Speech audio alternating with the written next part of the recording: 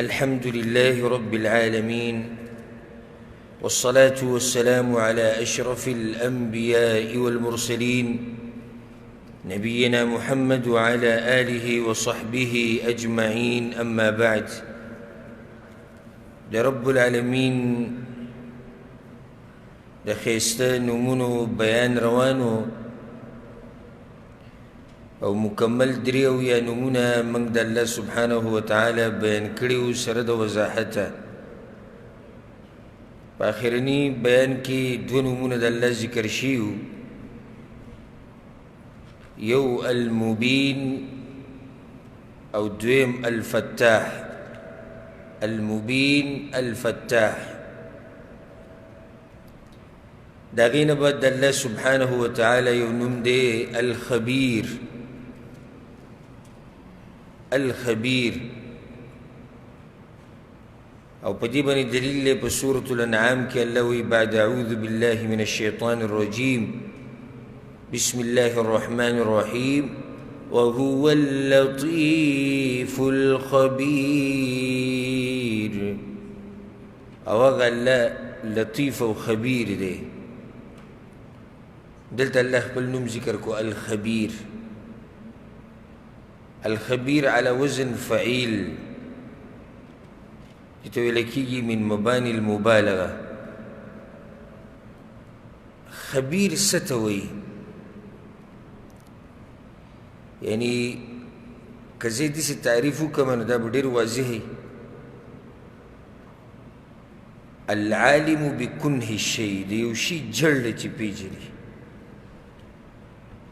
دیوشی حقیقت پیجنی. ذکر بعض علماء دا خبر دی سے تعریف کئی الخبر بالشیء، یعنی دیوشی حقیقت پیجند داغی طولی معنی را گیرول کاغا پتا معنی دا و کاغا خکارت.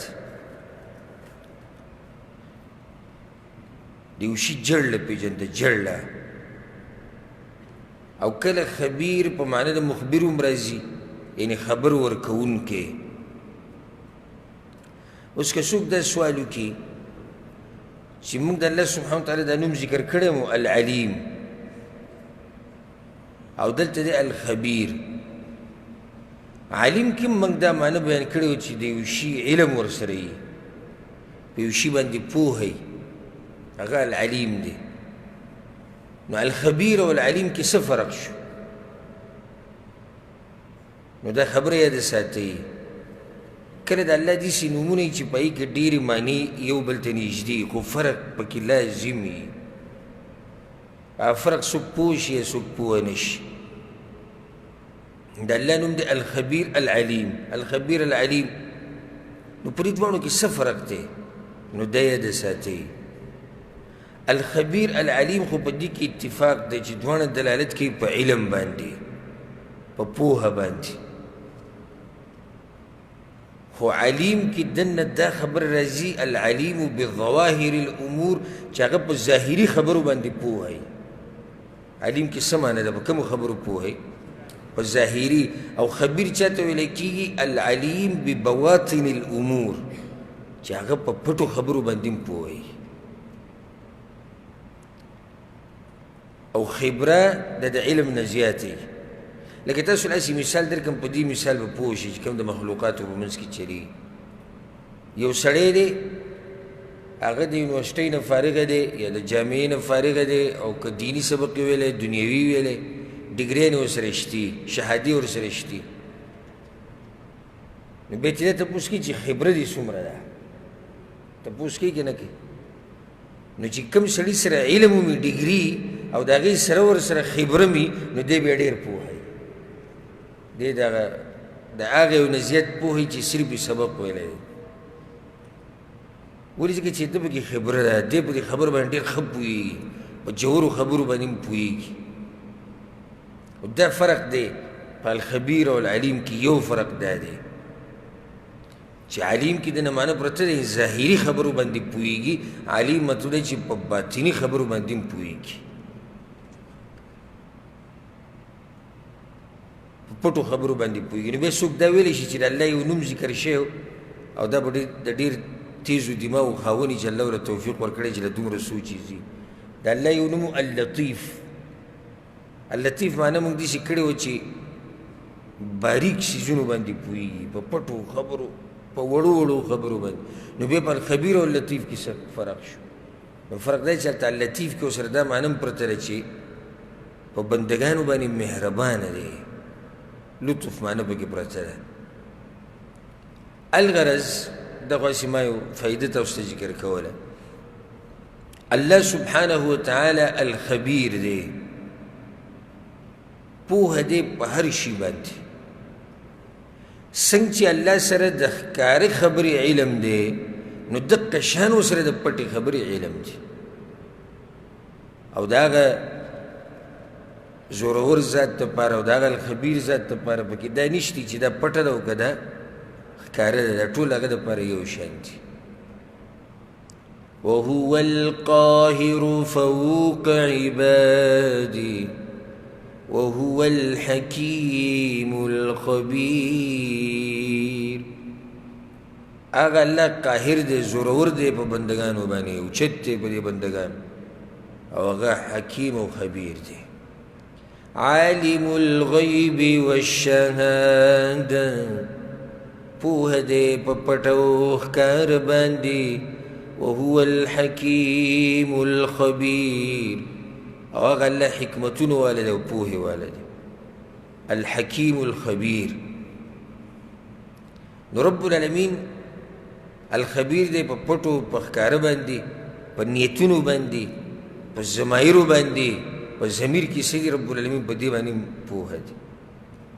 د شپې په توره تیاره کې څه کېږي د ورځې په رڼا کې څه کېږي دې ټول نه الله سبحانه وتعالی خبره دی رب العالمین ته د یو شي مصلحت معلوم دی نقصان ورته معلوم دی چې دې کار کې مصلحت دا دی دې کار کې نقصان دا دی د کار انجام ورته معلوم دی ولې ګوره موږ باندې بعض شیونه حرام کړي دي بعضې حلال کړي دي لکه چې الله سبحانه وتعالی ته انجام معلوم دی نتیجه ورته معلومه لکه شراب به نه څکي حکمت دی پکې د الله والله ته پته لري چې دې انجام سره وشي د خنزیر غوښه به نه خوري د سپي غوښه به نه خوري د هغه زناورو غوښه به نه خوري چې هغه ماته کوي د هغوی داړي په دې کې حکمت دی الله د دې کار په انجام پوه دی زنا به نه کوې دروغ به نه وې سود به نه خوري او بیا دې سزا نو رب العالمین الخبیر ذات ښه پوهه دی چې دا کار حراموي نو د څه وجې د لاسه حراموي او چې حلالوي نو بیا خو هغه خبر دی د هر کار د انجام نه نو په هغې کې هم څه وجې ځکه یې حلال کړو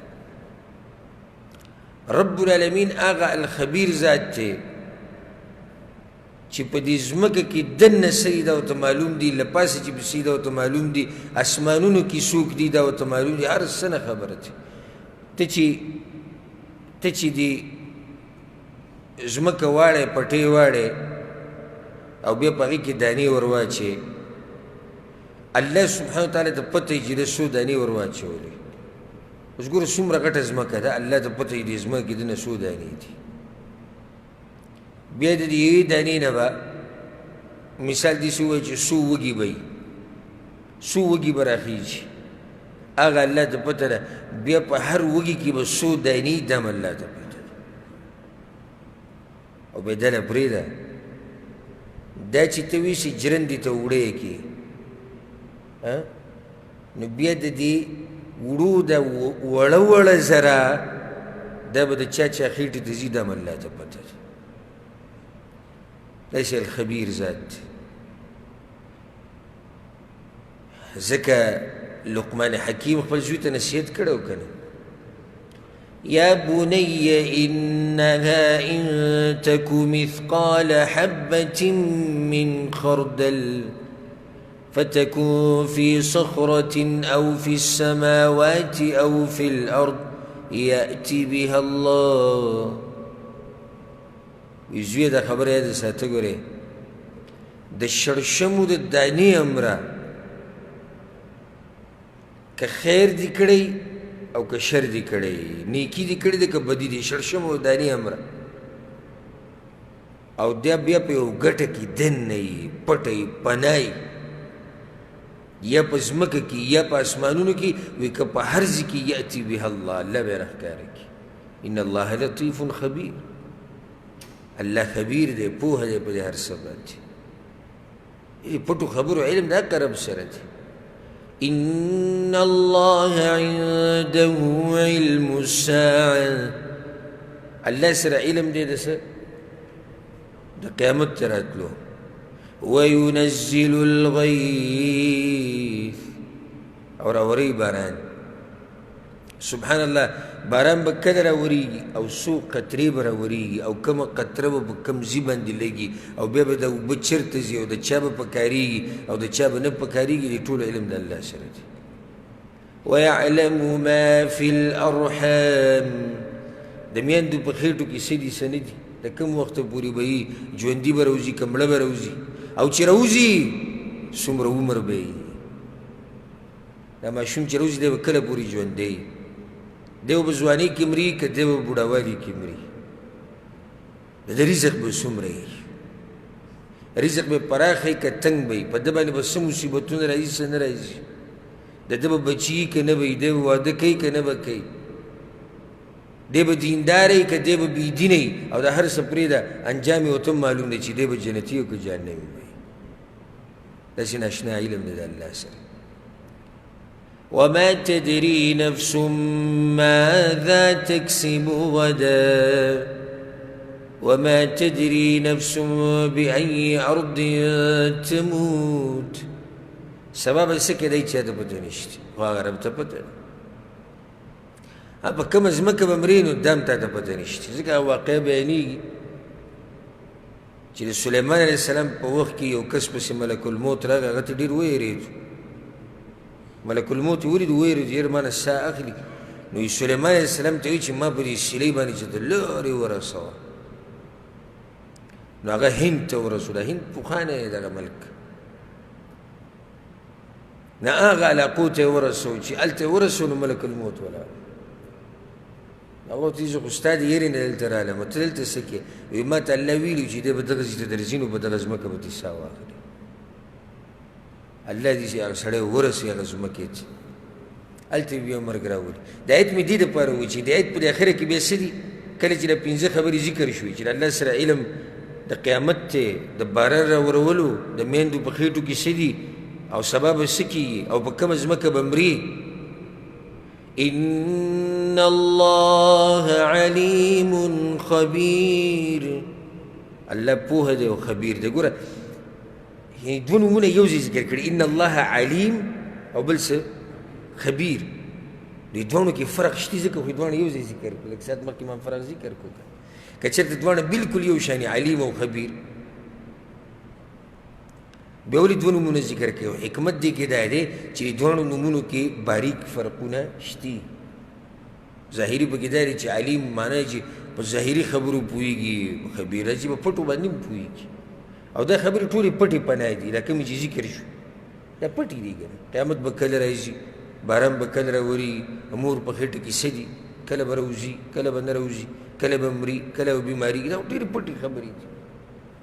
سبا به څه کېږي په کومه ځمکه به مري دا ټولې پټې خبرې دي رب العالمین په دې پټو خبرو باندې پوهه دی د الله سبحانه وتعالی په بادشاهي کې چې څه کېږي دا په الله باندې پناه نه دي معمولی ذره د خاورې چې د یو ځای نه سیلۍ راوچته کړي بل ځای ته ورسوي دا د الله په علم کې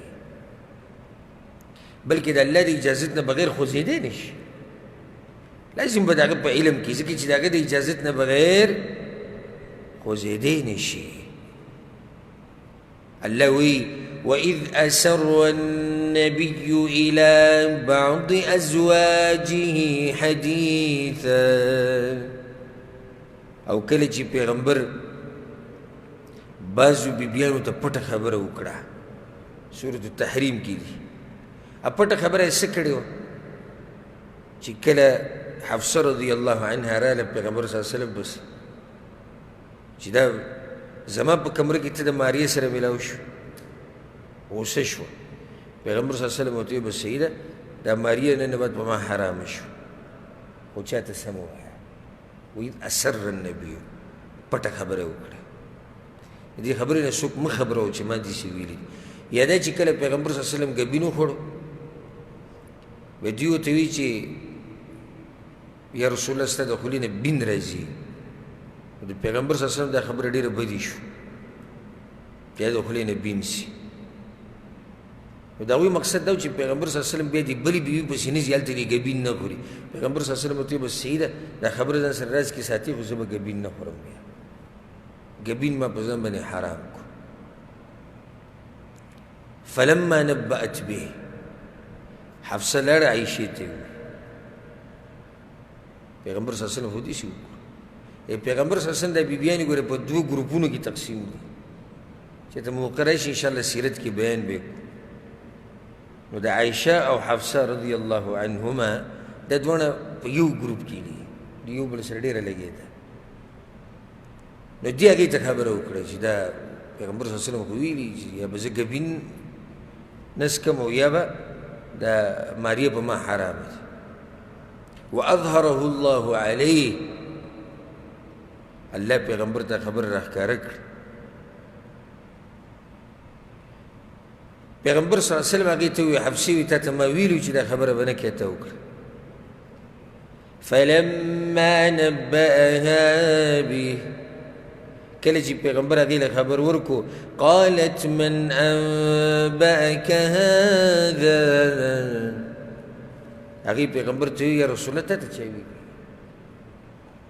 تا اوس چا خبر درکو دا خو زما د حفصې د عایشې په منځ کې پټه خبره وه ما صرف هغې ته ویلي بس نو ته وی قال نبأني العليم الخبير ما ته العليم الخبير ذات ویلي او په پټو باندې پوه تاسو کې دا خبره ډېره هم پټه کې خو هغه ته معلومه ده که په هغه باندې څه خبره خو پټه پناه نه پاتې کېږي خوله رضی الله عنها راغلې وه خاوند ورسره زهار کړی و او شکوې شکایتونه یې وکړو پیغمبر صلی الله علیه وسلم ته څه ووایم لا فیصله نه ده راغلې او ژړلې عایشه رضی الله عنها وی زه دې کوټه کې هغه پیغمبر صلی الله علیه وسلم سره خبره کوله زه اخوا بله کوټه کې په منځ کې یو دیوال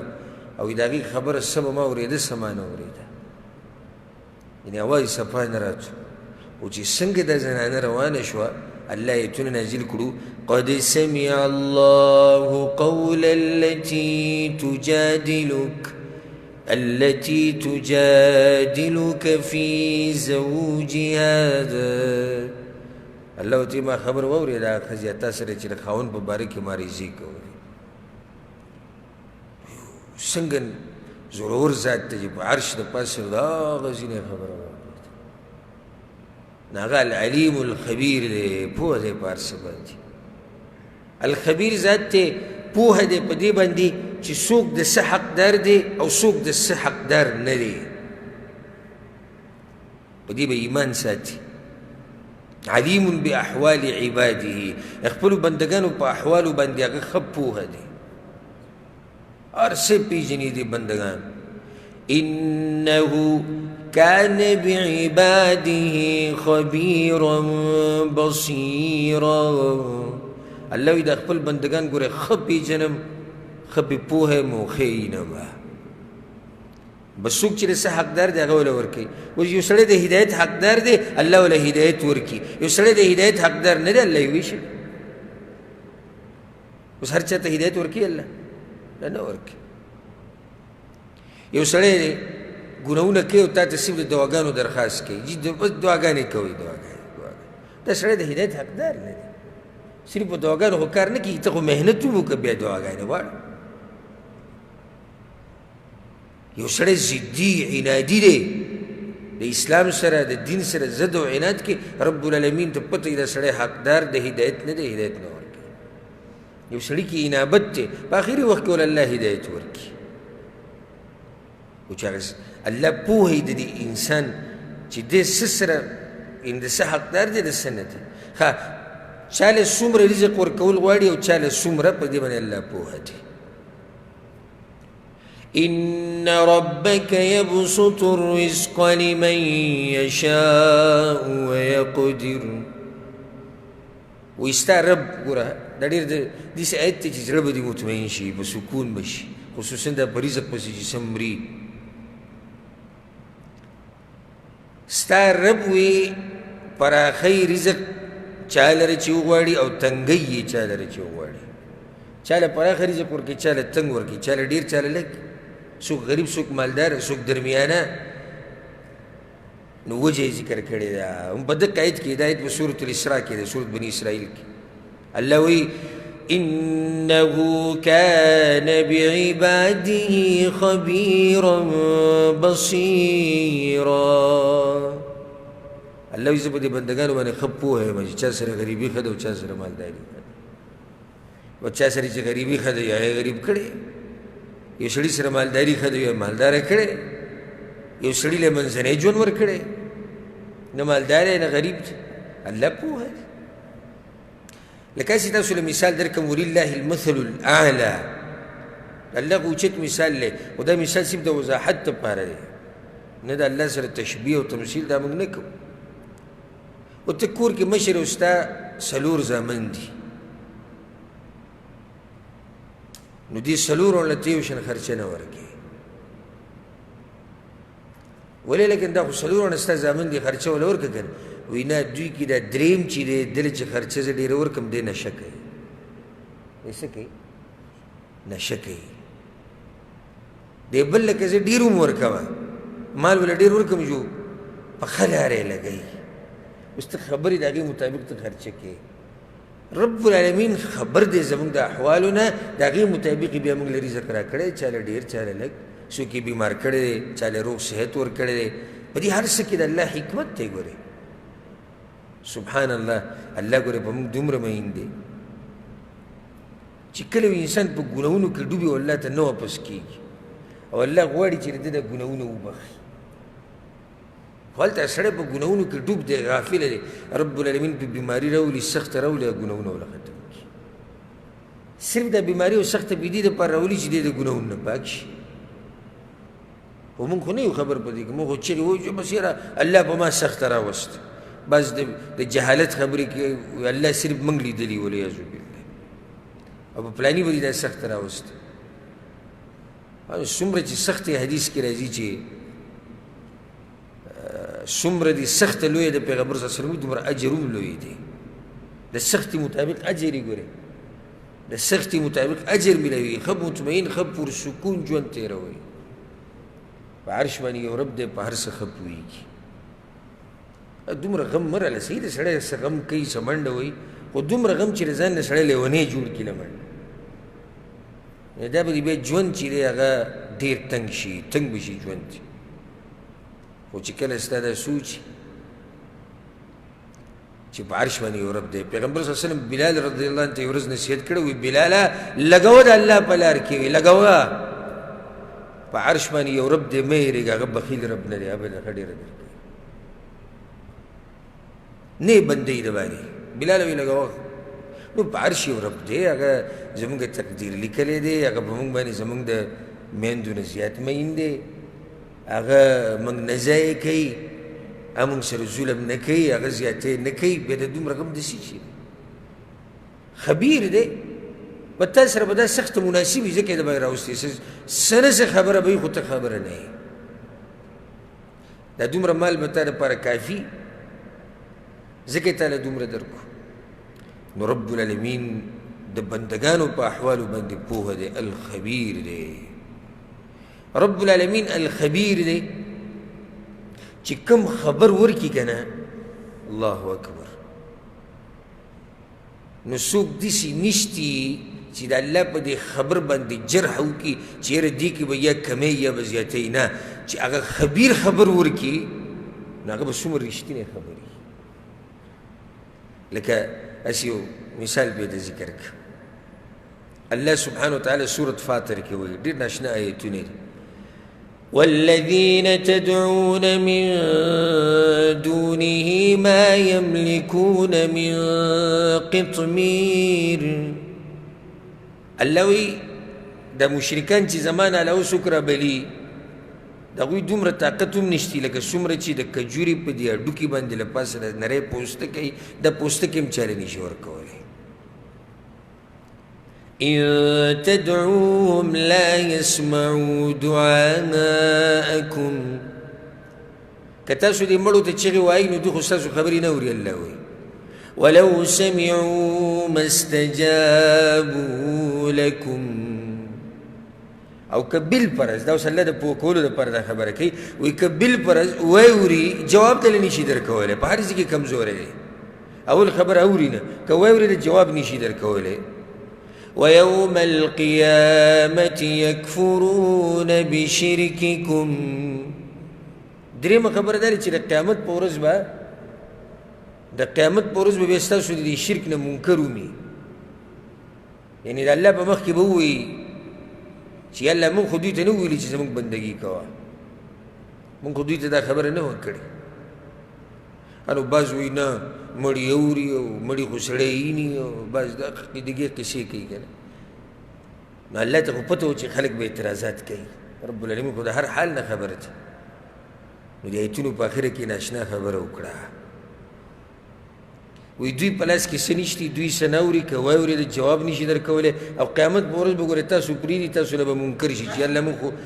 مونږ خو دوی ته نه وویلي.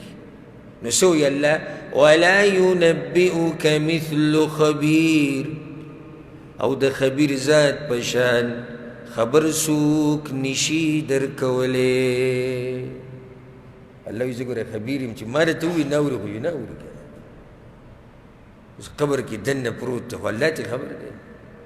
یو سړی قبر کې دننه پروت دی، دی بهر مناظرې کوي، وي نه جي دی اوري. لکه تا ته څه پته یي دی اوري؟ هلته هغه کوم رب چې پیدا کړی دی چې خبر دی هغه وایي نه اوري، ته مناظرې کوې اوري. نه جي دی معیني کوم رب چې پیدا کړی هغه وایي دی د هېڅ نه دی، دی جواب هم نشي ورکولی.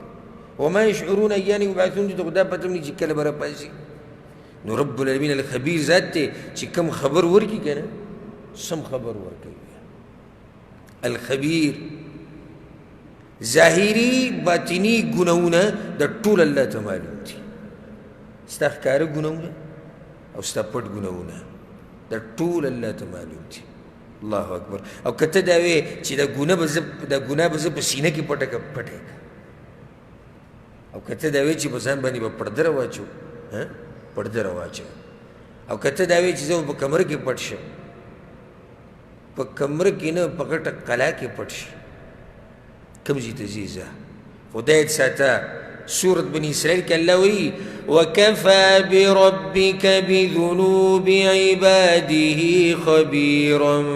بصيرا. ولې دا نه ده کافي سو چې ستاسو رب د خپلو بندګانو په ګناهونو باندې ښه پوهه دی.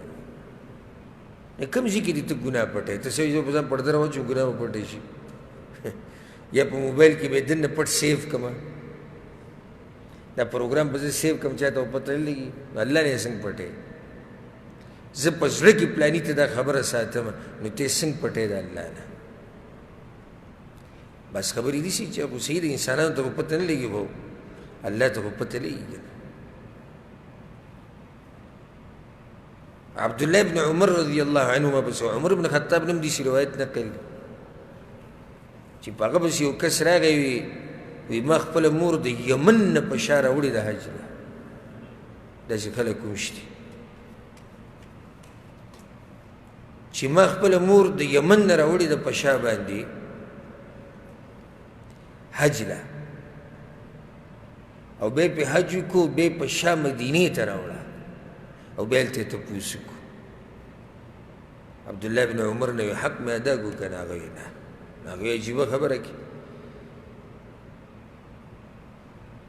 نو دا جواب یې ورکړو چې ته چې د مور په دې خېټه کې وې او کوم تکلیف دې ته رسېدو هغه یوې سړي کې ته هم لا ته نه یې رسېدلی. بل روایت کې راځي چې یو کس په عمر بن خطاب پسې راغی، وی امیر المؤمنین زما مور د بوډۍ عمر له زه هغه په شا ګرځو، او دسماتې له یې هم وایي زه بوځم. او نور وایي څه د صفایي خدمت هم زه کوم هېڅوک نشته نو ما د دې حق ادا کړو که نه هغه ویل حق ته نه دی ادا کړی هغه امیرالمؤمنین ناشنا خبره کې د دې چې دا په ما حق ته خو دې دلاسه ده که چې ځم دې په وړوکوالي کې په غېږ کې ګرځولی یم زه یې اوس په شا ګرځوم دې زه په غېږ کې ګرځولی خو زه په شا ګرځوم دې زما صفایي کړې ده زه هم کوم دې ماله ډوډۍ په خوله کې را کړې ده زه ولې په خوله کې ورکوم زه د دې نه بغیر ګرځېدی نه شم چې وړي کوم ته هم زما نه بغیر نشي ګرځېدی ما راټینګه کړي نو څنګه ته دا خبره کوې هغوی دا په دې کومه ګوره زه یم د زړونو کې خبرې پرتې که نه د هغې د لاسه اعمالو کې فرق راځي که ته په زړه کې هر څه وساتې او دا ووایې چې خلکو ته یې نه وایم خلکو ته یې نه وایم نو هغه به ته پټه کې خو دا خبیر ذات نه خو یې نشي پټولی که نو امیرالمؤمنین ورته وی دې مور چې ستا خدمت کوو نو ستا د ژوند دپاره یې دعا غوښته او ته چې اوس خدمت کوې نو زړه کې یو ګوټ کې دې دا خبره پرته ده چې دا به کله مري فرق تو دې کې دا دی چې هغې تکلیف تېرو خو ستا د ژوند دپاره یې دعا غوښته ته تکلیف تېرې خو تنګ شوی دا فرق ګوره هسې دا خبره مې کوله چې زړونو کې دننه خو ډېرې خبرې پرتې دي اوس الله په قرآن کې دا خبره ذکر کړې ده چې مور پلار باندې به آواز نه اوچتې قل لهما قولا کریما واخفض لهما جناح الذل من الرحمه چې هغوی دې ته څه خدمت وي هغه به کې په هغوی به آواز نه اوچتې هغوی سره به تیزې خبرې نه کې اوس تا ته ستا مور پلار ووایي چې لاړ شه پلانی کار وکړه او زما دپاره دا وکړه او دا خدمت وکړه ته یې کې او په زړه کې پرې خفه یې نو ظاهره کې خو ته موږ ته ډېر ښه سړی ښکاري خو الخبیر ذات ته خو پته ده چې ستا د زړه څه حالات دي ځکه دغه ایتونو کې الله بیا مخکې خبره کړې ده چې زه ګوره په زړونو باندې پوه یم نو رب العالمین هغه ذات دی چې هغه په دقایقو باندې په پټو خبرو باندې په نرو وړو خبرو باندې په سوچ او فکر چې ستا کم دی په ضمیر کې دي څه دي په زړه کې دي څه دي دا ګناهونه د هر څه هغه رب ته معلوم دي ډېر ناشنا آیت دی الله وایي واسروا قولکم او اجهروا به تاسو که دا ویناګانې خپلې پټوئ او که ښکاره کوئ اعمال پټوئ او که ښکاره کوئ هدایت ساتئ انه علیم بذات الصدور الله وایي زه ګوره په سینو باندې پوه یم سینه کې دننه څه دي ما ته پته ده نو بیا ډېره ناشنا خبره کړې ده الا يعلم من خلق وهو اللطيف الخبير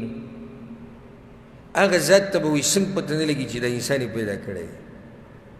اته پته نه لګي وهو اللطیف الخبیر خبیر ذات هغه هر څه نه خبر دی چې دا انسان څه کوي څه نه کوي د دې نوم فایده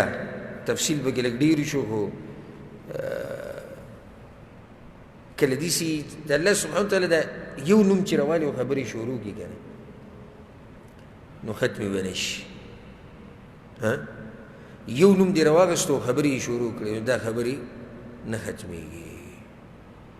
قل لو كان البحر مدادا لكلمات ربي لنفد البحر قبل أن تنفد كلمات ربي ولو جئنا بمثله مددا الله وی که دا دریابونه څومره چې په دنیا کې دا ټوله صحیح شي کنه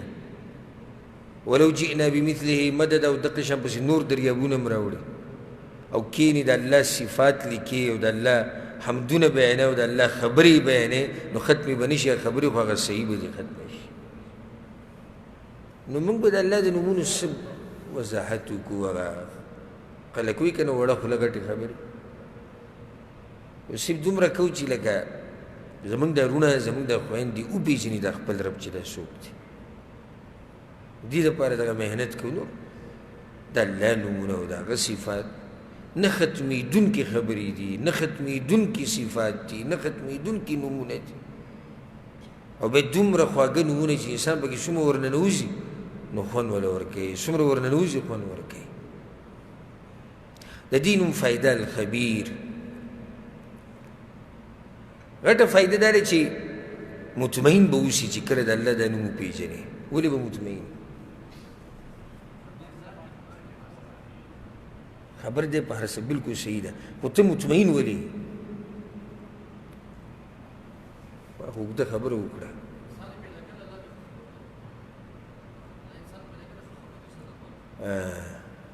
بارک الله فیک.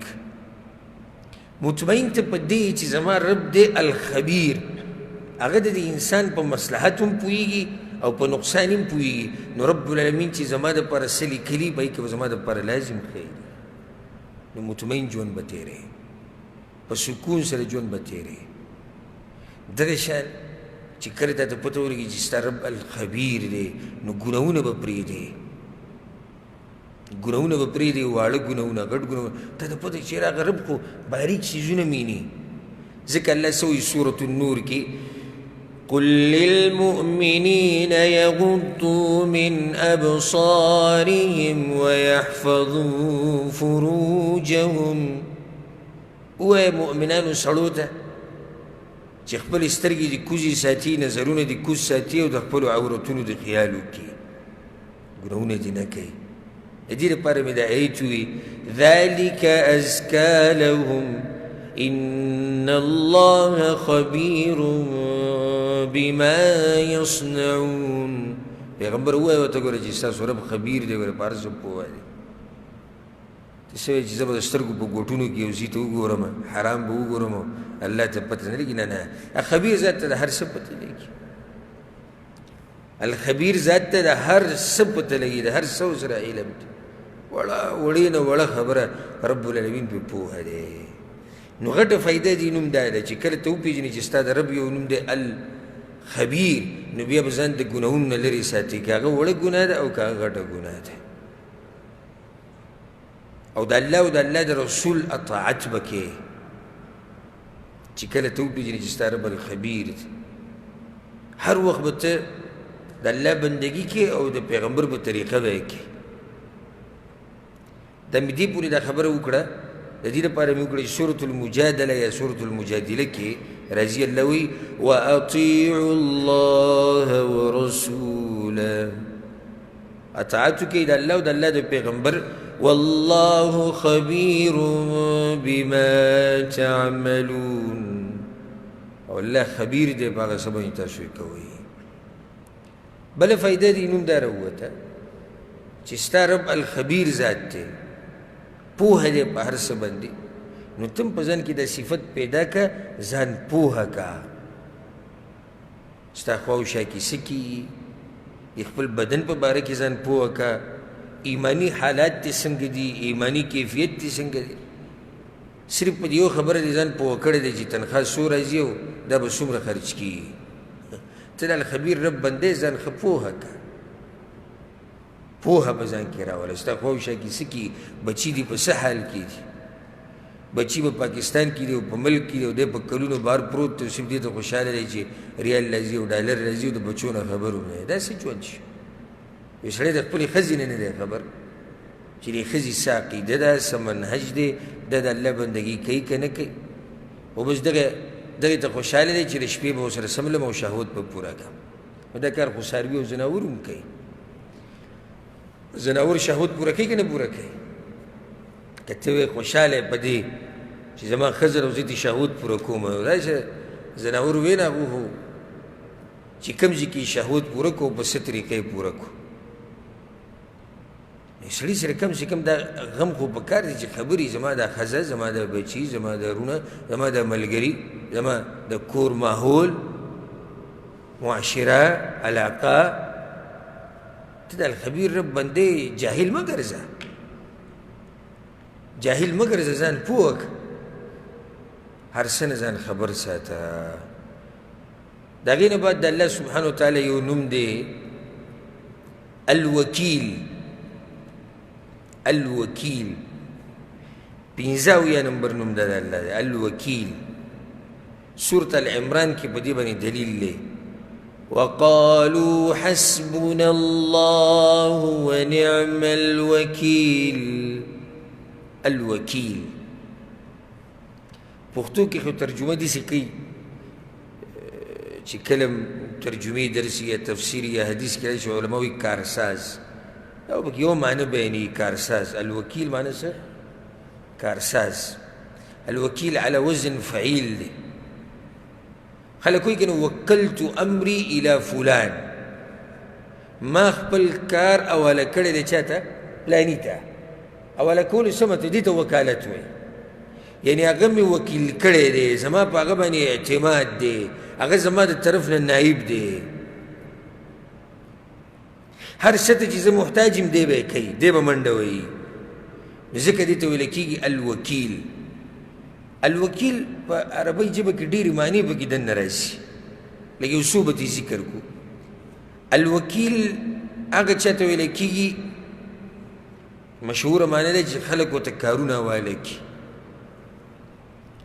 او دې ضامن شي چې او دا کار به دله زه کومه دا وکیل دی الوکیل په معنی د کفیل هم راځي الکفیل کفیل څه ته وایي ذموار ته وایي نو د ذموارۍ معنی پکې دننه پرته ده لکه پلانی وکیل دی وکیل څه معنی ذموار دی الله على ما نقول وکیل ای کفیل سورة یوسف کې راځي خو په دې کې درېیمه معنی پرته ده الحفیظ حفاظت کوونکی الوکیل په معنی ده چې حفاظت کوونکی سورة الانعام کې الله وایي قل لست علیکم بوکیل ای پیغمبر ووایه دې خلکو ته چې زه ګوره ستاسو ساتنه کوونکی نه یم ستاسو د اعمالو زه به تاسو ته ناست یم الله به درسره حساب کوي د یو شي خیال ساتل د یو شي خیال ساتل دا پکې څلورمه معنی ده الوکیل چې یعنی خیال یې ساتي مراقبه کوي د یو شي حدیث کې راځي که نه چې چا ماله ګرنټي راکړه د هغه څه چې د دوو جامو په منځ کې ده او د دوو رنانو په منځ کې ده یعنی عورت او جبه توکلت له بالجنه زه دله ګرنټي د جنت ورکومه نو خیال ساتل دغه شانتي کې دنې دا معنی پرته ده کافي کېدل د یو چا دپاره پوره کېدل الله تتخذوا من دوني وکیلا زمان علاوه الله وی بل وکیل مه نیسئ یعنی بل څوک ستاسو دپاره نشي کافي کېدی حسبنا الله ونعم الوکیل زموږ دپاره الله کافي دی الله پوره دی نو کله د کافي په معنی سره هم راځي شپږمه معنی په دې کې دننه پرته ده ګواه الشاهد وکیل په معنی د ګواه والله على ما نقول وکیل سورة القصص کې راځي موږ چې څه وایو نو په دې باندې څوک ګواه دی الله پې ګواه دی په معنی د المحیط هم راځي چې هر څه یې راګیر کړي یو خبرې راګیره کړي هغه ته ویل کېږي الوکیل نو دا خو د لغت په اعتبار سره موږ وضاحت وکړو الله سبحانه وتعالی دی الوکیل د مخلوقاتو سبحان الله دې خبرې ته غوږ کېږي ګوره د مخلوقاتو د الف نه د یا پورې چې څومره مخلوقات دي الله سره د هغوی وکالت دی الوکالة العامة التامة ځکه چې د دې ټول مخلوقاتو خبره الله ته حواله ده ځکه الله څه وایي الله خالق كل شيء الله پیدا کوونکی د هر شي دی د مخلوق ټول د هغه دی نو بیا پسې ده وایي وهو على كل شيء وکیل او د دې ټولو مخلوقاتو خبر هم دقه الله ته حواله ده هغه یې کارساز دی هغه د دوی تدبیر کوي هغه نظام چلی دې مخلوق له څه ورکول غواړي څه نه د ټولو خبرو باندې الله پوهه دی هغه دی الوکیل نو دا خو عام وکالت دی څه دی عام وکالت دی ټولو مخلوقاتو بل وکالت دی علماو ته وایي وکالة خاصه خاص وکالت نو هغه الله بیا وکیل دی د مؤمنانو الله اکبر د مؤمنانو دپاره کارساز دی لاره ورته اسانوي د هدایت د جنت د سختو نه ساتي ځکه چې مؤمنان صرف توکل په دقه الله کوي توکل په هغه باندې وکړي هغه وکیل کړي چې یا الله زما دا کار د تا ته حواله دی په تا مې اعتماد دی په تا مې یقین دی نو چې کله دې مؤمنانو اعتماد په الله باندې وکړو نو داسې رب باندې اعتماد وکړو چې هغه د هر څه دپاره بیا کافي شو ځکه الله د مؤمنانو صفت ذکر کړی دې ته غوږ کېږدئ په سورة الانفال کې الله وایي إنما المؤمنون الذين إذا ذكر الله وجلت قلوبهم مؤمنان هغه دي چې کله د هغوی په مخ کې د الله تذکره کېږي زړونه یې ورپېږي ویري وإذا تليت عليهم آياته زادتهم إيمانا او چې د قرآن تلاوت د مؤمنانو په مخ کې کې د هغوی ایمانونه ډېري الله وپېژني هلته د الله تذکره وشو زړونه ویرېدو که قرآن یې واورېدو په ژړا شو په ډایرک وعلى ربهم يتوکلون او هر څه خپل رب ته وسپاري نو مؤمنانو اعتماد په خپل رب باندې کړی دی نو دې ته ویل کېږي وکالة خاصه الله خاص وکیل دی د مؤمنانو او لږ ساعت مخکې ما وویل چې الله خو عام مخلوقاتو تدبیر او نظام او دوی حفاظت او دوی چې هر څه دي هغه الله ته حواله دي خو بیا د مؤمنانو خاص وکالت دی ها یو بل وکالت دی هغې ته علما وایي وکالة اخص الخاصه یعنی ده د خاص نم خاص ده مونږ خو خاص وکالت ته چا دپاره دی مؤمنانو دپاره که د دې خاص نم خاص دي او هغه د پیغمبر صلی الله علیه وسلم دپاره أليس الله بكاف عبدا ایا الله نه دی کافي دی د خپل پیغمبر دپاره د خپل پیغمبر خو الله څه ناشنا حفاظت کوي او د هغه خو بیا د الله سره بل شان ملګرتیا ده او د الله د هغه سره ملګرتیا ده نو رب العالمین دی الوکیل چا چې په الله باندې اعتماد کړی دی او الله یې وکیل ګڼلی او هر څه الله ته حواله کړي د دین کار د دنیا کار نو رب العالمین به له هم هغه څه ورکوي چې دی پرې خوشحالېږي او الله به د دپاره کافي کړي خو زموږ اعتماد کمزوری شوی دی په الله باندې اصل وجه دا ده زموږ اعتماد په ریال او په روپۍ ډېر زیات دی په کفیل باندې چې زموږ کوم اعتماد دی تپوس یې مه کوه په خان او ملک باندې چې زموږ کوم اعتماد دی حکومت کې چې د چا ډیوټي په هغه باندې چې زموږ کوم اعتماد دی د پولیسو په تاڼه کې چې څوک کار کوي په هغه باندې چې زموږ کوم اعتماد دی نو تپوس مه کوه او د دې ټولو چې کوم خالق دی په هغه باندې اعتماد څه دی خو بس چې په خوله باندې وایي که چېرته موږ په صحیح معنو سره په الله باندې اعتماد وکړو که نه او دم د زړه نه ووایي چې الله دا کارونه موږ تا ته حواله کړي دي او موږ سره اسباب لټولیږي او اصل کار الله ته حواله کړو نو رب العالمین بیا زموږ دپاره کافي دی چا ته ضرورت نشته ولي واوره ومن يتوکل على الله فهو حسبه چا چې الله باندې ځان وسپارو الله به د دپاره کافي شي الله داسې وکیل دی چې بیا به کافي شي وجه دا ده ولې به الله کافي کېږي د هغې وجه ده لکه اوس ته اعتماد وکړي په یو مخلوق باندې اعتماد دې په چا باندې وکړو اعتماد دې په یو مخلوق باندې وکړو دا ګرنټي ته راکولی شي موږ له چې دا مخلوق به دا کار سرته رسوي لکه ته په چا باندې اعتماد وکړي چې پلاني ماله دا کار وکړه خو ته دا ګرنټي راکولی شي چې د پلانې به تاله دا کار وکړي نه ولې دا ګرنټي نشي راکولی څه کمزورتیا ده مخلوق د هر څه به کېدی شي کېدی شي مړ شي کېدی شي مړ شي نو ځکه الله څه وایي وتوکل علی الحي الذي لا يموت خپل کار هغه چا ته حواله کړه چې هغه نه مري هغه یو الله دی ښه نو کېدی شي دغه بیمار شي تا چې وکیل کړی دی په دې مخلوقاتو کې کېدی شي څه شي بیمار شي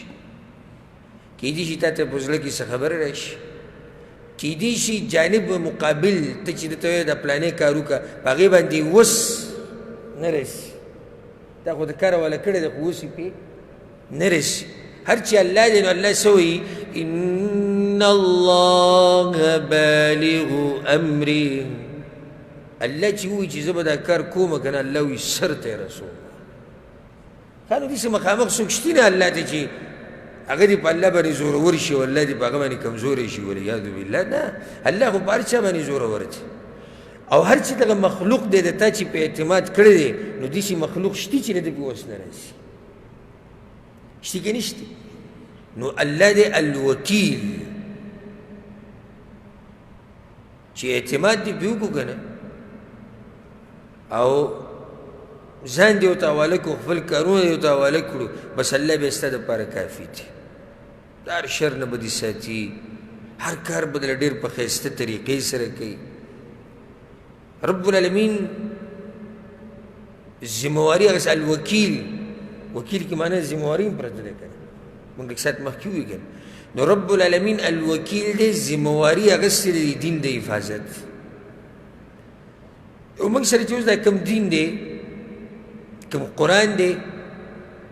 دا د نن نه صرف هسې 1400 کاله مخکې نازل شوی ده خو اوس هم تر و تازه پروت دا قرآن ته روانه روانه د قرآن وی وایه نو داسې به ښکاري لکه دا ایتونه چې اوس نازل شوي دي ولې ځکه چې هغه الوکیل ذاتي ذمواري اخیستلی چې زه به حفاظت کوم نو مؤمن به په خپل رب باندې یقین او اعتماد ساتي مضبوط اعتماد کله چې صحابه کرام د غزوه احد نه واپس راغلي سیرت کې موږ دا خبره بیان کړې وه که او بیا خبر راغی چې ابو سفیان بیا حمله کوي نن له د احد نه راغلي دې ته وایي د دین زمریان ټول زخمیان او اویا پکې شهیدان شوي سحر له پیغمبر صلی الله علیه وسلم اعلان وکړو وایي کوم کسان چې د احد په غذا کې ما سره شریک شوي وو هغه دې راشي بیا ځو جنګ له یعنی نن واپس رالو سبا بیا اعلان دی موږ چې چاته وایو درس له راځه هغه زر باندې جوړېږي دا اوس زخمیان دي خپلوان پکې شهیدان شوي هم دي بیا اعلان شو په مدینه کې راشئ پیغمبر صلی الله علیه وسلم خبر درکوي خو هغه کسان دي راشي کوم چې په احد کې شریک شوي وو دغه زخمیان رالو او سیرت کې راځي یو کس خپل ورور په شا راوړو دوه ورونه جهاد له تلي احد خو دا یو ډېر زیات لګېدلی او ګرځېدی نه شو نو چې اعلان یې واورېدو نو دا کم چې ګرځېدی شو هغه یې په شا کړی وه کم چې نه شو ګرځېدی راغی خپل ورور یې هلته جومات کې کښېنو پیغمبر صلی الله علیه وسلم وی ورځو بیا وځو د مدینې نه که د ابو سفیان مخې له ورشو داسې نه چې بیا حمله وکړي په مدینه باندې هغوی یا رسول الله لبیک مونږ حاضر نو هغه پکې هم ووتو هغه رور یې چې په شا روانه کړه دې ته وایي ایمان دې ته وایي جذبه ابو سفیان دې څه چل وکړو هغه ځینې کسان راولېږل وایي تاسو به دا مسلمانان ویروئ چېر غوټه قافله را روانه ده د مکې نه نور خلک هم د ابو سفیان سره ملګري شوي دي نو دې سره به دا مؤمنان لږ کمزوري شي هغه وایي صحیح ابو سفیان ورته وایي زه به تاسو له دا درکړم زه به دا درکړم ولکه وعدې ورسره وکړه کله چې هغوی رالو نو دی تاسو چا ته وایي دا خو څوک دي چې یو سړی زخمي ورور یې په شا راغستی را روان دی یېرېږي دی نه چې کسان به یې را جمع کړي الذين قال لهم الناس إن الناس قد جمعوا لكم فاخشوهم ويخلقوا مؤمنان توي اللوي إن الناس قد جمعوا لكم خلق ورنا جمع شوي دي فاخشوهم ويريغي دي بير لغور ابو سفيان هغه شرم لنکي خدوی کمزوري دي لک خدوی له مخ کې نه دي اوس مګي زخمیان دي او یا شهیدان شوي دي او دی ورته وی ابو سفیان روان دی غټه ډله ده ورسره الله وی فزادهم ایمانا الله وی دې خبرې سره دغوی ایمانونه ښه ډېر شي او دی وی دا اعتماد په الله باندې پکار دی وقالوا حسبنا الله ونعم الوکیل زمونږ دپاره وی الله کافي دی مونږ په الله باندې ځان سپارلی اوس خو مونږ راوتي یو د الله دین دپاره مونږ په معمولي خبرو کې الله ته ځان نه سپارو او دی د دین هغه زمریان مؤمنان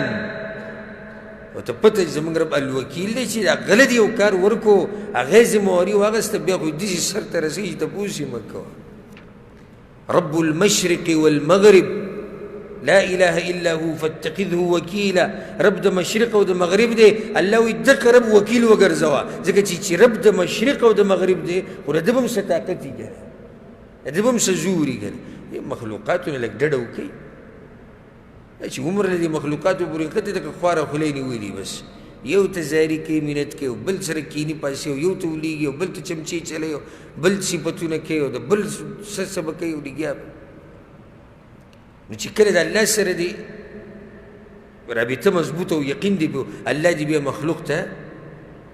د الله نه محتاج الله به د هر کار پوره کړي په دې کې دنه معنی د حفیظ هم پرته ده الله حفاظت کوونکی هم دی او داسې نومونه مخکې تېر شوي دي بیا هغه تفصیل ته ضرورت نشته الله حفاظت هم کوي الله نظام هم چلی الله ذمواري اخیستې ده الله الوکیل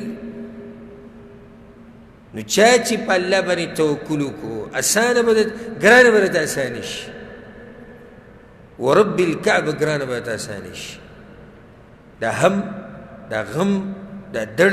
دا تکلیف دا قرضې دا بیماریانې دا غریبي دا هر څه به دې ختم شي نو ته خو چې ته په الله باندې توکل خو وکړه که نه په صحیح معنو سره یو خو په خوله باندې مونږ وایو مونږ په الله باندې اعتماد دی نه نه د زړه د کومې نه په الله اعتماد وکړه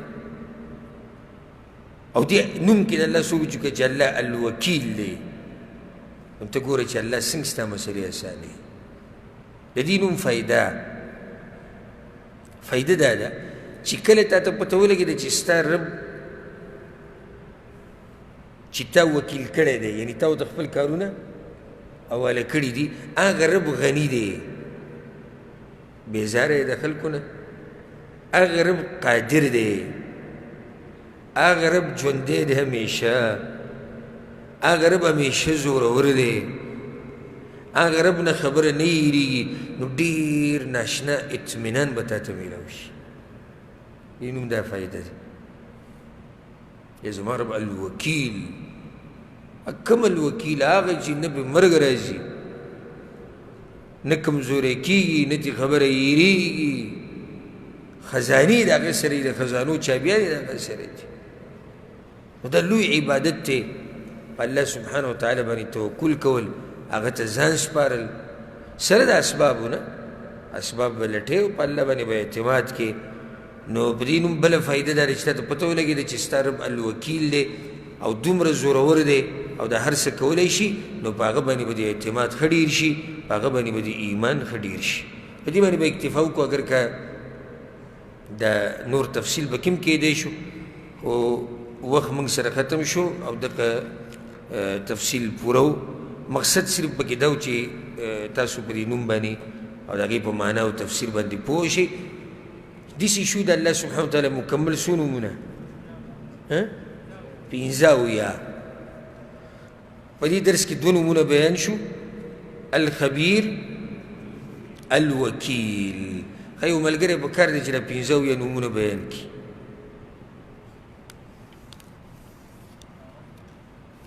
کاغذ نه وي که زباني چې وي او نور علی نور دی او چې په کاغذ نه وي هم صحیح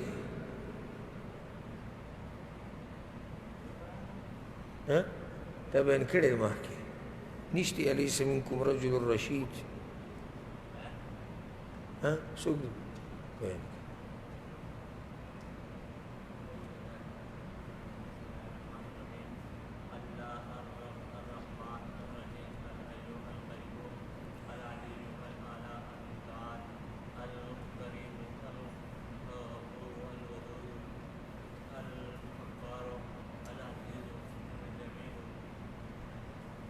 القادر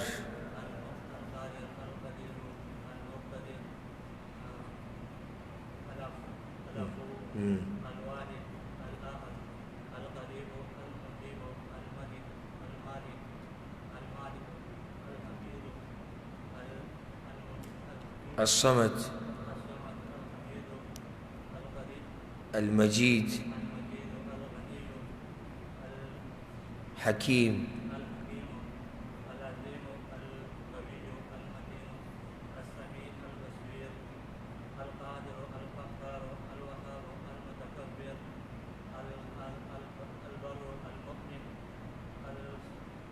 ولي الجبار الرؤوف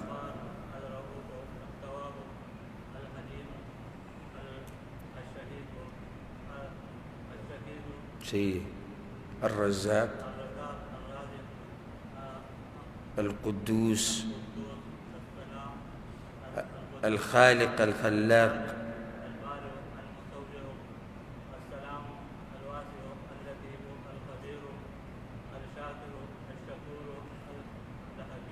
العليم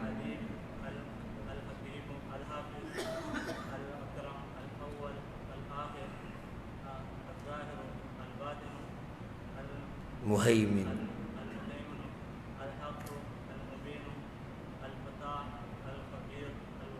بارك الله فيك